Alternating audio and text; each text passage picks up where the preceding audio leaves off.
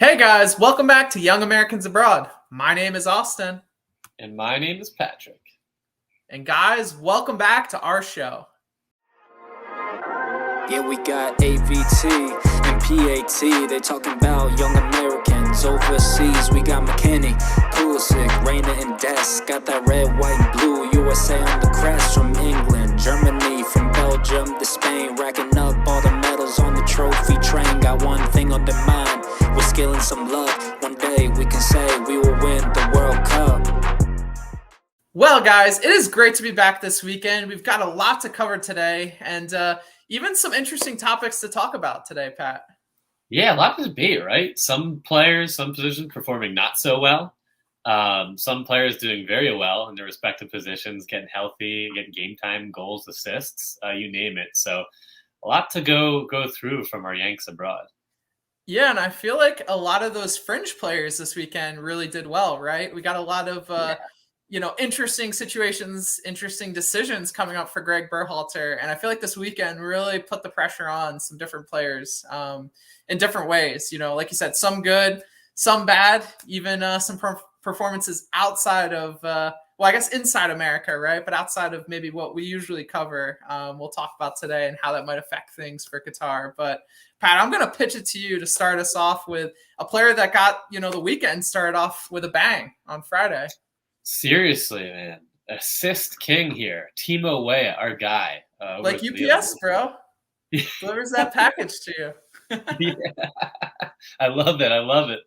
Yeah, also he's back from injury too, which is great. You know, that's another player we just really need healthy for Lille. Made the most of his 25 minutes coming off the bench for Adam Onas there in the 65th minute. He set up Canadian international, right, Jonathan David, who's killing it at Lille. And then also set up later, I think in the 78th minute, Remy Cabella there. And both of his goals right from the right side, just pinging these hard, low crosses far away from the keeper, but behind the back line, just great vision.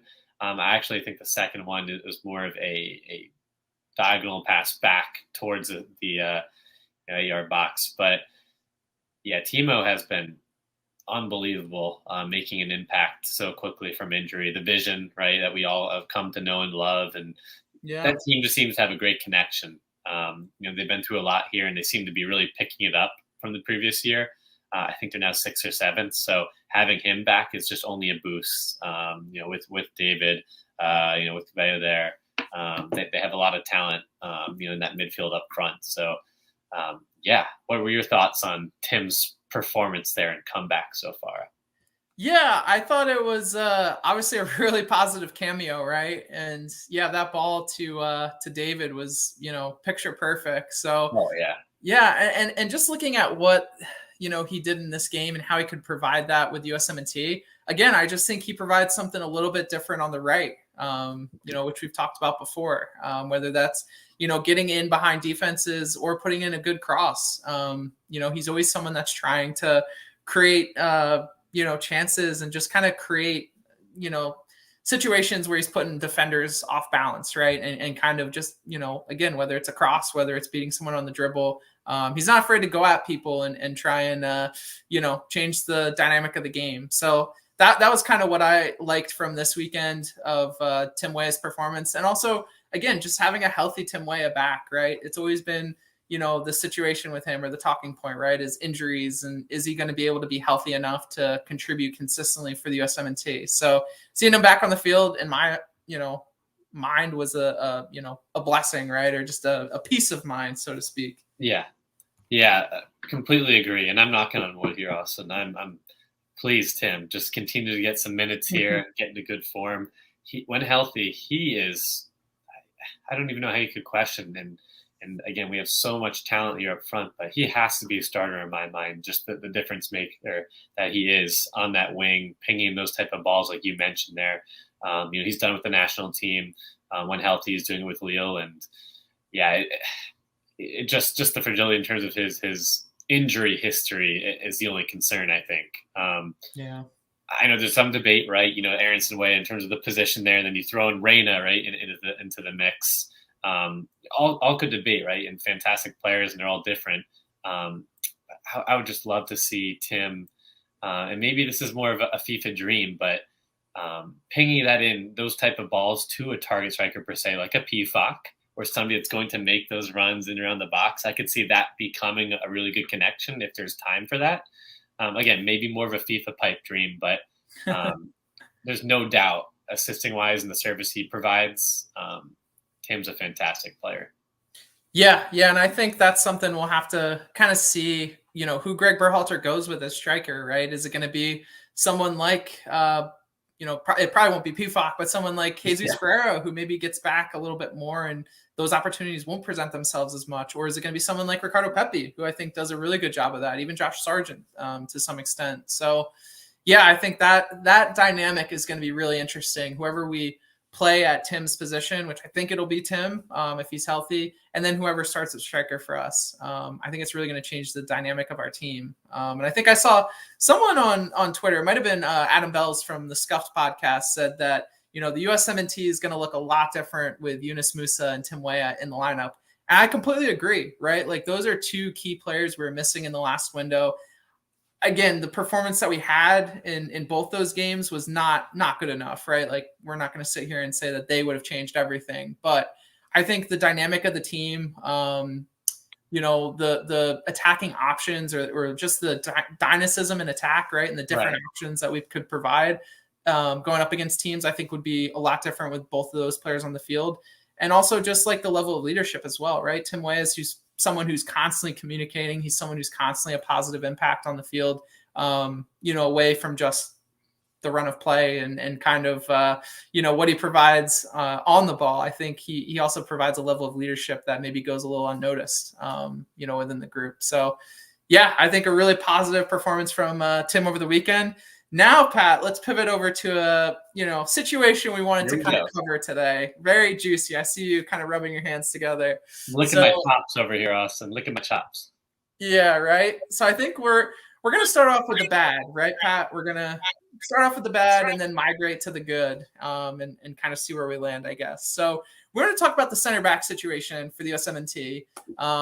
There was a lot of revelations, I would feel like, or just, happenings this weekend that could influence, what Greg decides to go with and which players he chooses to bring to Qatar. So to start with the bad, I think it really centers around what happened in MLS this weekend. So if you didn't see, Aaron Long, Walker Zimmerman, both featured for their clubs in the start of the MLS playoffs this weekend. Nashville SC played the LA Galaxy. New York Red Bulls played FC Cincinnati. Both the New York Red Bulls and Nashville lost this weekend. So that means, Aaron Long and Walker Zimmerman are not going to be playing another game from now until the World Cup. So about a month and a half, right, that they're going to be out of action. And I know there's going to be probably a camp for some of the MLS guys before World Cup, but that's concerning, Pat, right? And kind of the situation that arose to both of them being out, right? Like with Aaron Long specifically, he was at fault solo, by himself, solo for that game-winning goal that FC Cincinnati scored, which, Brandon Vasquez was the scorer there, just really making a great run around him, using, his athleticism to just, get in a better position. And Aaron Long could not make up the distance and, even put him off when he went by him. So, it was just really bad, Pat, right? Just a bad showing, in this last series of games, before the World Cup for both of those players. Yeah, that's really concerning, Austin. And yeah, again, I don't want to be a Debbie Downer or too pessimistic, right? But yeah, if you're looking at even statistically, right, from this season, maybe more of a knock, right? I'm being a little more critical of Long as opposed to Zimmerman. He's had some good performance to do USMNT and some up and down with Nashville, but seeing both of them eliminated from the playoffs, very, very concerning. They're not even really ranked top 10 in most defensive statistical categories there in FootMob for MLS defenders. I think that's a little concerning when you're thinking about going against your England's attack, right, and even Wales and Iran in the group. But yeah, it just seems like, unfortunately, for Aaron Long specifically, after that injury, he's never really been the same, right? We've always relied him with that pairing to, okay, Zimmerman's that brute force. Long can make up for his, mistakes there, or pacey, wingers or attackers to get back and cover. That hasn't been the case. And you just saw that example you laid out with Vasquez. And again, it's perfect example of that, Pat. Yeah. Like that was all about athleticism and getting back and defending the way we do for the USMNT, and he could not do it. So exactly. And again, I really hope he can kind of regain that form, right? Nothing on him, but I just think for this time, right, for the national team roster, he cannot be a starter. I think you can still make some arguments. Zimmerman, right? He's been in this role for long enough, right? And he has some good qualities to him when the national team seems to step it up and it has that leadership, right? I think he's 25, 26, so maybe one of the older guys in the group, you could even say. But Long, just if you're trying to build out the back, if you're trying to play some line-breaking passes to cover, he's just not doing any of those things. He's not taking any box, Austin. So I don't see any logical reason, right? And I'm sorry to go on a tangent here, but as a fan, I want to be as hopeful for the World Cup, and I mentioned you off camera. But if I see Long there in the starting lineup, even against Wales or more so England, I'm going to be very doubtful that we can get out of those games. Yeah, and Zimmerman, just to check it, is actually 29, so he's actually kind of he's older than that. on the older end there. Yeah, which him and Long both are pretty much the same age. So yeah, I was really concerned, with the way they've been playing recently, right? Like, and just coming away from the last window as well, right? I think we really saw their liabilities. I don't think Walker Zimmerman, like you said, to the same extent as Aaron Long, but watching, some of his games post, that last window where, again, they didn't look great. Aaron Long specifically didn't look so great. Now seeing this, it's just got me so concerned. And I understand where, Greg's coming from to some extent, right? He wants players who have continuity. He wants players who have been in these situations throughout the year. But to be fair, Aaron Long was out for a whole season, right? Or, a whole calendar year, pretty much 9 months. And like you said, he hasn't really looked great since coming back. So to keep trying and having him in that, in that same position, getting the same results, I just think, the definition of insanity starts coming up in mind, right? Like you're trying the same thing, expecting different results. And I just don't think it's there. And when you look at some of the other options as well, and maybe this is a great segue into some of the positive things that happened this weekend, player who's really started the season off strong, has looked pretty competent in his, start to the Premier League season is Tim Ream, right? Had a pretty good game this weekend. Actually had some highlight stats in their 2-2 draw with Bournemouth. But in this game, he had 100% of his aerial duels won. Most passes into the final third was 17. So when you talk about center backs playing in possession and creating chances, or even just creating more opportunities to advance possession, Tim Ream is doing that right now, which is really positive. And then the big stat that stood out to me was he was dribbled past 0 times. So when you talk about what to expect with our center backs, and maybe the one criticism is with Fulham, I don't think they play a super high line. I haven't watched too many of their games this season. So maybe, the position he'll be asked to play for the USMNT will be a little bit different, but I think it's pretty telling that he wasn't able to, let someone dribble by him the entire game. And I'd be curious to see how those stats, lay out over the course of the season. But when you talk about, the USMNT we're trying to build, it's a center back that can play in possession, right? It's a center back that, can be strong in defense, right? And not let players get by them easily, and really challenge players anytime, they're one-on-one. So I don't know, Pat. I think he's a player that would make more sense at this moment in time than Aaron Long. And that's not to say that Tim Ream should be our starter at the World Cup either, right? I think there's some other players. Mark McKenzie could get a shout. We talked about Chris Richards. It's kind of tough. Cameron Carter-Vickers even is someone to maybe look at. But the other one that, I'm on this hype train, been on this hype train for well over a year. Let's hear it, Austin. John Brooks got his first start for Benfica, albeit in a cup game, but just another player who, again, we're trying to, if we're so stuck in trying the same, options, right? Or just giving the same opportunities to the same players who consistently are under delivering, like, why not shake it up, man? And call in John Brooks, someone who's been able to do it at a higher level than, any of our other center backs that are in the pool right now. Yeah. No, I mean, you can make that case. I think from a fan's perspective, yes. I think from Greg's end, I think my belief is I've tried to just leave that in the past. I can't, for my heart, But it's so foolish, man. It's so foolish to keep calling up the same players who aren't doing well, right? And even like right before the World Cup, right? It's not an ideal situation, but I think all of us would agree that we'd rather take that like aggressive step, right? Like that leap of faith to make a change that we feel is necessary rather than just beating our heads against the same wall. Like you said it yourself, you don't trust Aaron Long, in that England game. You think we're going to lose the game if we, start Aaron Long. So if we start, yeah, I just think from his end, it's too little too late. And Greg's such a stubborn manager. I think we're all just going to be even more disappointed. So that's my reasoning for trying to leave that in the past. But I think you bring up very valid points. I think Long, for whatever reason, has been that guy. Even when he was injured, I think he was like in the locker room with the teams or traveling. He just appeared right games when he wasn't even involved. So I don't know. He's been part of Greg's group for a while, which is unfortunate. And I just don't see. Well, it made sense at one point.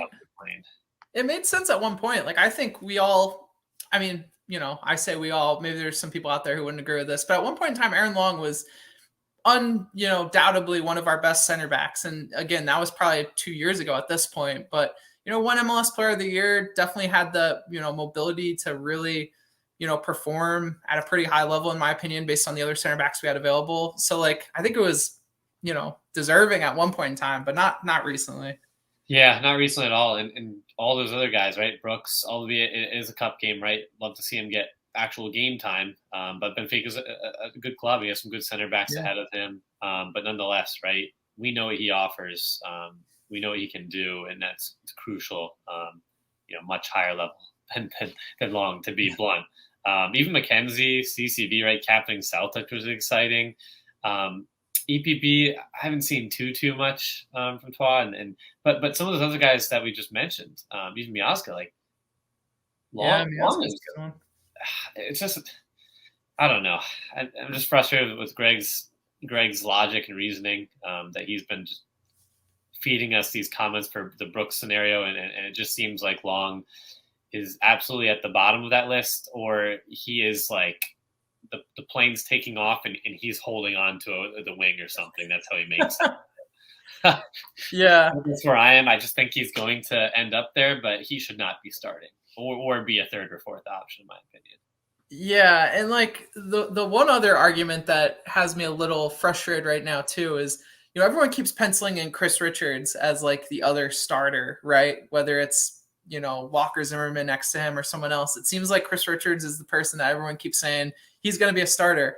But like that man hasn't been healthy, all season, right? Or like, he started off healthy, but recently has gotten some injury issues, had injury issues last year. Hasn't had that consistent game time at club level this season. And I don't know. I think everyone is just expecting him to be further along maybe than where he's at. And I know he's got a lot of great qualities, and I think, we should give him a chance because he has all those, he's shown very positive things, right? But I don't know. Some part of me would trust a more veteran player that's been in that situation than Chris Richards. And again, I look at John Brooks, right? Like someone who's literally been there before, someone who's like a seasoned professional could come into a situation. I don't think he'd feel, some type of way against Greg Berhalter. I think he's someone that we could rely upon, even if he does have his, inconsistency. I think every option at center back right now, if we're being fair, has inconsistency in their game right now, right? Like Mark McKenzie, I think, is inconsistent. Cameron Carter-Vickers is shown to be inconsistent. Walker Zimmerman's inconsistent. Like, I don't think we're to a point where like we can't, we're going to find this perfect solution. So I don't know. I'm sure I'm kind of in the fringe of, the USMNT fan base on this, topic, but I'm just getting so frustrated, Pat. I'm sorry. No. Again, I think all fair points you bring up. I just, man. Something believes, and now I don't know what it is, but something happened where I just don't think Brooks is going to be on that plane. Something happened that isn't getting out. I don't know if he doesn't trust them after those pretty poor. We'll be honest, right? Brooks had some poor players who was taken off. Very true. But there's no other rhyme or reason to it unless just that relationship was broken, right? It's done with behind the shadows. That's my only thought now to where that scenario is. So that's where I'm kind of made my peace with it, unfortunately. And yeah, like you said, Richard's injury is huge concern. But I guess looking at it, comparing to Long, even a healthy Richards, where we don't know what his form is still better than Long, in my opinion. Yeah, I would honestly agree with that as well. And I hate to say that about Richards too, and saying I don't necessarily trust him as much as other people, but I think it's just a fair criticism, right? We're in this point here where there's no good decision, but I think we need to be thoughtful about like who we're putting our faith in, I guess. And I think it's off a gut feeling, right? Who are we most comfortable with throwing in there? Greg's fault. We haven't seen Ream that much. That's why we're it's true. It's on him. And even you bring up a good point. Like Matt Miazga's looked pretty good since going back to MLS. And obviously I'm not watching every FC Cincinnati game, but maybe in one of these most recent windows, we should have, brought in some different options that we haven't seen. Man, he's throwing square pegs in round holes, like you said. The insanity definition, just long not working. Yeah. So it is what it is, right? But I guess we should move on to I think a player that, in my opinion, right, not to get all dreary, right, is going to be left off, but picking up some great form, right? Yeah. Especially attacking, areas, departments for the USMNT, and that's Haji Wright. So he went through a little bit of a drought, ironically timed with not getting called up to the recent USMNT camp, those disappointing friendlies. I think 4 games or so without a goal, really not doing much. The team is also teetering on relegation, which is not good. But hey, he did manage to bag a brace, this past weekend here in Austin. It got a little tricky here because his team's Antalyaspor and he played Alanyaspor. A tongue twister, so don't ask me to say that again, guys. But I said to you off camera, Pat, because you've been getting into that whole sports betting scene. I said you should have just bet on the sport team, bro. I know. Maybe we should do a sports betting segment. Yeah, I'm on a roll, guys. So wish me luck. But Haji Wright, 2 goals there, a brace, 3-2 loss though. Again, still losing here.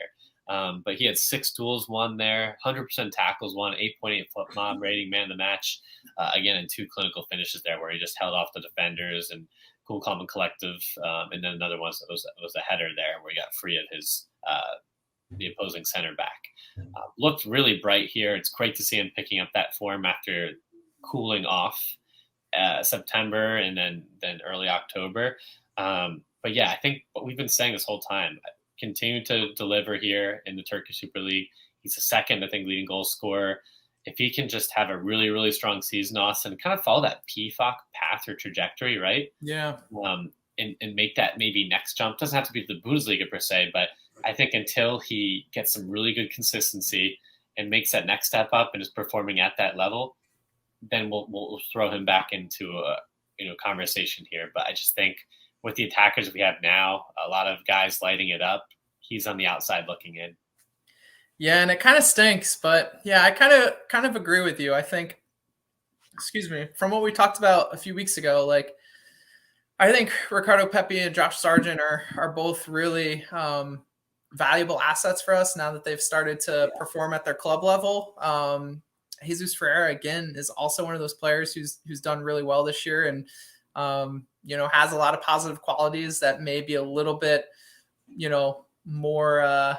He's just a little bit more. He has more variability to his game maybe than Haji Wright and Pefok's another player too, right? Who's been really killing it recently and even made a difference this weekend before getting subbed out with his own little injury. So yeah, I think it sucks to say, but I think Haji Wright might not find a place in this team right now. And I agree with you. I think going forward though, the opportunity is all his, right?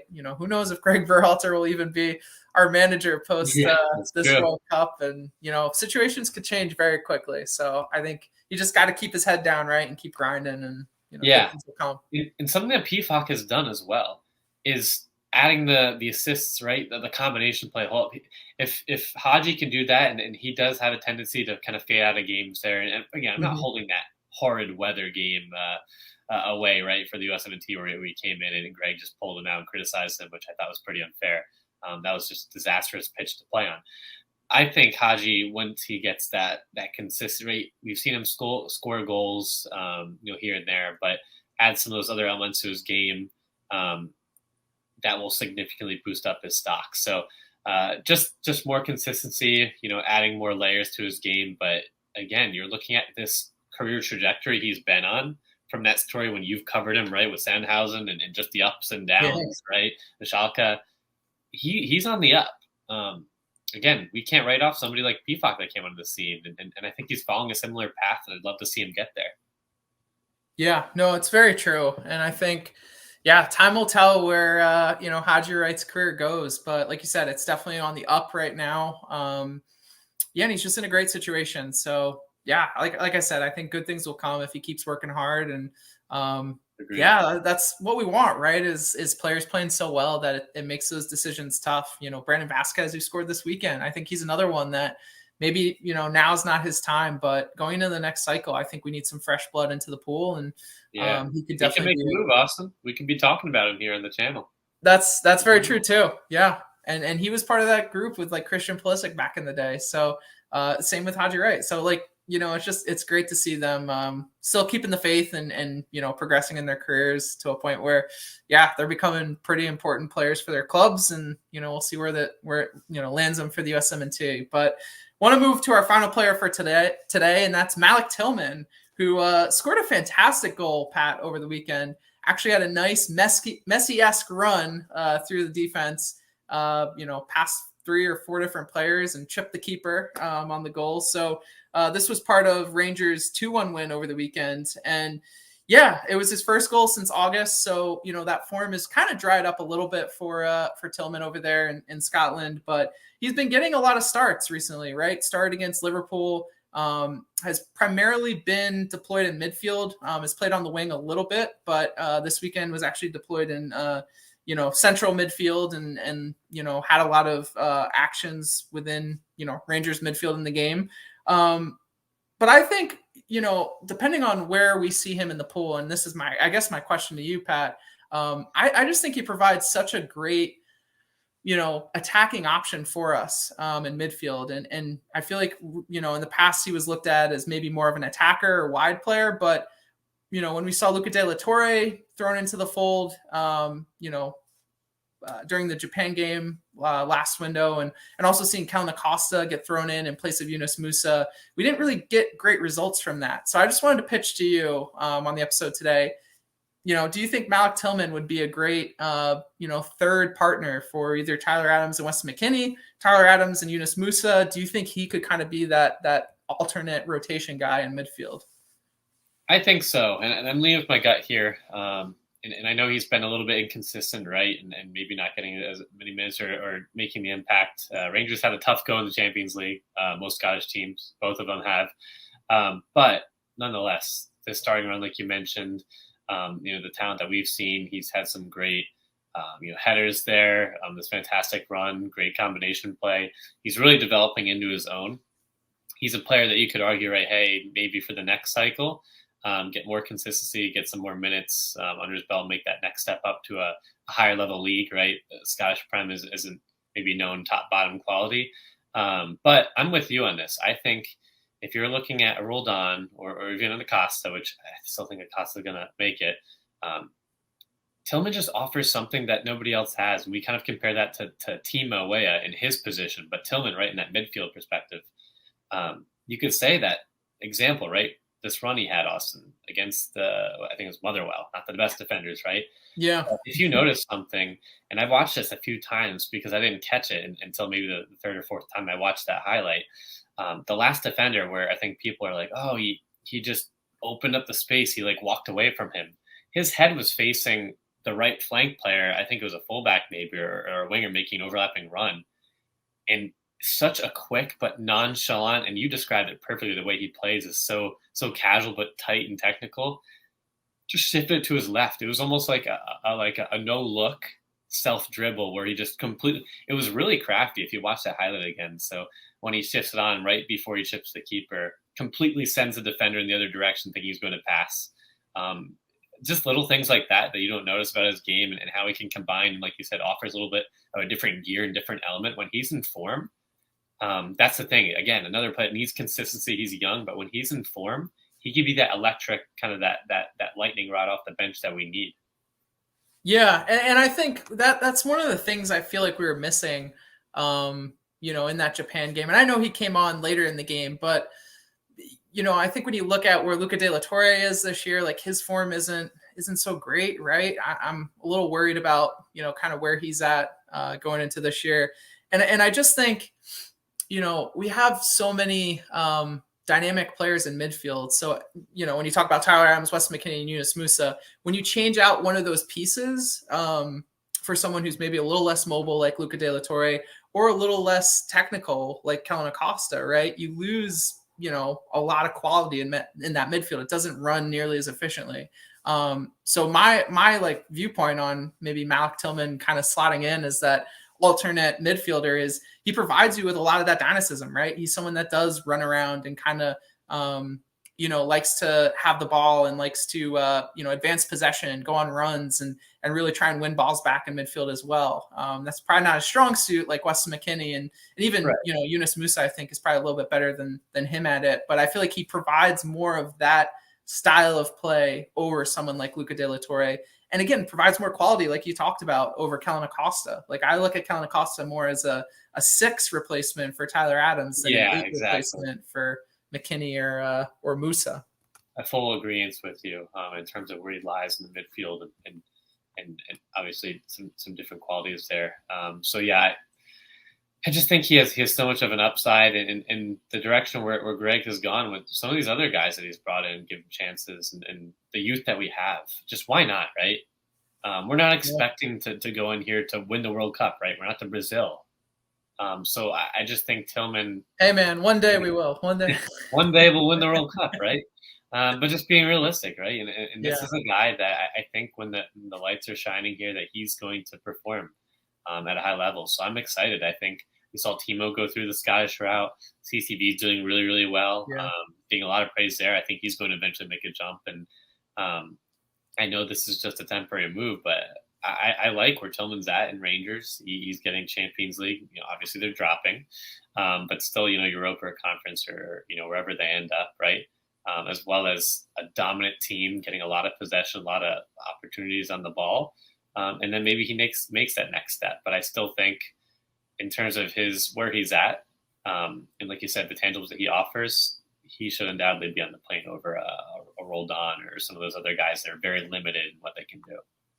Yeah, and I think you make a really good point too, and not to bring us back to that center back debate, but when you think about World Cup, right, like this is the biggest stage, man. So you really need those players who are ready to face those moments. And again, not to say Malik Tillman has a lot of experience in those moments, but he comes from a big club, right? He comes from Bayern Munich, where, the competition's at an all-time high in their training sessions, right? And, just the level it took for him to, play his game to get to the level he's at now, right? It was definitely a grind. And when you look at some of these other players, right, who maybe haven't experienced that same level of competition, whether again it's on the field in front of a full stadium or just going through a really tough training session that might be a little bit more of a aggressive environment compared to MLS or some other paths that players have taken. I really think that speaks a lot about what we're going to expect of them when the lights come on at the World Cup. So yeah, I think that's something else to consider, especially with some of those other options as well, right? Like Luca De La Torre hasn't really had those opportunities, hasn't really had those experiences. Kellyn Acosta, hasn't really. He's been on some good MLS teams, but I don't know, man. I think that's something else to think about. And same with the center backs too, right? Like, some center backs have experienced some things, some haven't, in terms of atmosphere and quality of, the moment. So yeah, that Bayern Academy, right? Going up through those ranks is no joke. And even if you're not a full-fledged Bayern starter week in and week out, I mean, look at what Richards is, and look at all the other, non-American players, right? That they're off with other clubs and doing well. But just to go through that, the youth systems, the setups there, all the way up to full team, right? And training with some of the best in the world. I mean, that's not for everybody. You could play it safe, right, and stay in your own domestic league, wherever are. But yeah, I think, yeah, not only that, but just his technical ability, and I'm sure you're seeing that in training, right? Head over heels, even already better than most of those fringe guys. Yeah, that's fair. So, yeah, I guess we'll have to see what the next few weeks hold. I really think he's got a good chance to make the trip to Qatar, but hey, time will tell, right? November 9th is the roster reveal date, so we're getting close here, down to about 3 weeks. So, yeah, I think with that being said, that's all for this part of our episode. Now let's head over to Quick Kicks. And for the last segment here, guys, quick kicks. We got two big takeaways, right, from the past week and weekend here. We're talking with Christian Pulisic, starting with that topic. Concerning, very concerning, Austin. Ever since he had that wonderful goal, right, that start, it's been 2 games since he's even gotten minutes off the bench, which is pretty unbelievable. I think we've been saying it for a while. I personally tweeted about this maybe weeks back. Love to see him in Serie A make that move. I think the writing's been on the wall. We just have to get him through this World Cup, right? Get that stock up. See what minutes he can get with Chelsea, and then he's got to move on. Whether it's January, I really hope it is. Absolute worst case summer, but it's just not happening for whatever reason. All the talent's still there. He just needs a coach, right, and a system that fits him. A team that believes in him to perform week in and week out, and that's not Chelsea, unfortunately. Yeah, it's been disappointing to see how this week has unfolded a little bit. Yeah, definitely wasn't prioritized over the weekend in that game, and yeah, I was really hoping to see him on the pitch as a starter, to be honest, and we didn't see that at all. So no, and they're going through rapid times of game, right? 2-3 day breaks and not even a minute. That's not good. Josh Sargent, on the other hand, that's my last takeaway here, Austin. Great news. Yeah. He scored a goal, right? Played a full 90 there in a 2-1 loss, unfortunately, to Watford this past Saturday. But another goal for Sargent, even playing on that wide position there with Buckley back. He's still finding an impact. He's in fantastic form. And you could just see it, with the goal, with his movement, the shots. He's that's all I can really say. I'm at a loss for words. I'm so happy. I know we've been such fans of him. So that's my other takeaway, Austin. I really hope he's on that plane to Qatar. Yeah, and I think he's also leading the championship in goal contributions. So I think he's got 10 goals and assists, total goals and assists for the season, which is really impressive. Yeah, just to see where he was at, a year ago, right? And making that move to Norwich and kind of struggling to really get us, integrated in that team. They were, really struggling last year. So not too much blame on him, but yeah, I think it's just been so awesome, right? It's the storyline of the season so far is his change in form. It's great to see. So I have 2 quick kicks as well. The first one, staying with that striker theme, is Pefok. So Union Berlin got a huge win over Dortmund this weekend, 2-0. And Jordan Pefok was basically the assister for their second goal there. Nice little layoff. Geraldo Becker has been doing some amazing things this year in the Bundesliga. Had a nice cross into Pefok. Pefok laid it off perfectly for the midfielder who came and charged the ball. That was a nice sequence. Scored their second goal. Yeah, it was really awesome. The one little concern too was subbed off in the second half with what looked like a leg injury of some sort, or a lower body injury, I should say. I didn't really get a great look at it, but something to keep an eye on. It didn't look like, one of those injuries, like he didn't get stretchered off. It wasn't something that looked too long-term. It might be, a game or 2 he's out, or he's going to have to take it easy in training this week, but something to keep an eye on. We'll try and keep you updated next week with whatever, we hear. But again, just creating, providing for the team, right? Providing for Union Berlin and really helping, propel them this year to first in the Bundesliga and really dominantly looking like first in the Bundesliga, getting, results against Bayern and Dortmund. I think it's a really great start to the season for them and super, positive for him as well. So I had to give him a quick shout out today. Please, Austin, do not let Bayern win that. How great would that be? Pefok and Union Berlin winning that title. Oh my goodness. That would be awesome. Yeah. Such a great storyline. And then the last quick kick I want to give a shout out today. I'm actually wearing the man's jersey. So These are, Leeds Brendan Aronson jerseys. If you haven't checked out Footy Centric, check them out. Use our discount code YAH20. You'll be able to get this jersey for only $48. So it's a nice little deal for all of our fans out there. So shameless plug, but had to get it out there. Brendan Aronson, man, 4 chances created this weekend, and Leeds 1-0 loss to Arsenal. Really was the catalyst on the day for this team. Had so many opportunities Leeds did to score. Even missed a penalty from Patrick Bamford. Who's the Sinistero? Scuffed a shot that Brendan Aronson set up perfectly. So he had a really, really positive game. Again, looked like, one of the better players on the pitch, actually created the most chances out of any Arsenal or Leeds player on the day. So definitely a positive performance from him. But unfortunately, Leeds couldn't get that result. It's just tough to see, especially when you're setting up your teammates right and the finishing's just not there. Leeds is spiraling a little bit. They, like you said, looked like they had a shot to draw or win that game against the league leaders. They were right there, but just things didn't go their way. But again, great to see Aronson looking good, right? And again, once Leeds gets back into rhythm, those goals and assists will come for him. Yeah, it's very true. And hopefully they can turn it around this weekend. I think they actually play Leicester, if I'm not mistaken. That's winnable. So, yeah, I mean, Leicester are not doing well as well. So, they're going to be fighting for every point they can. But in the form they're in right now, it's probably a good team that they can play. So, yeah, we'll keep you updated. And, as always, guys, thanks for watching our show. Make sure you like this video and subscribe to our channel down below. Don't forget, Instagram, Twitter, we're always putting out great content for you, especially as these debates heat up, right? Who's getting called in the guitar, who's not. But just keep up with all the social media.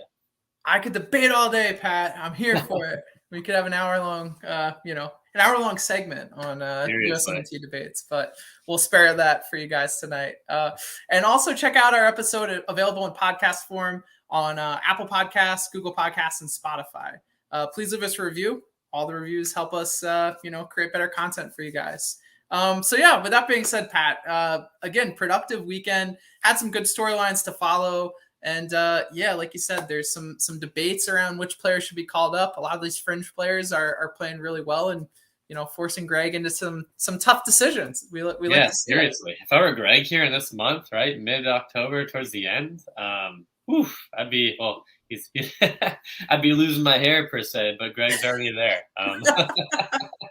Not a slight dig at the end of our episode, but no, I think all the players that are performing so well, we're getting the goals, we're getting people back healthy, right? Where you're seeing some injury concerns, right? Which isn't good, right? No injuries for anybody, but with other national teams, there's some concerns now. Now, again, I'm just hoping, right? I'm knocking on the wood. Everyone stays healthy. We got Tim back in form. Reina hopefully continues, getting healthy. But Austin, we're setting up for, I think the friendlies have washed away, right? I think there's some more hope, some more optimism coming down the line, right? That's right. We got to have optimism, right, Pat? We got to help lead that in the fan base. So that positivity is one day we will win, guys, the World Cup.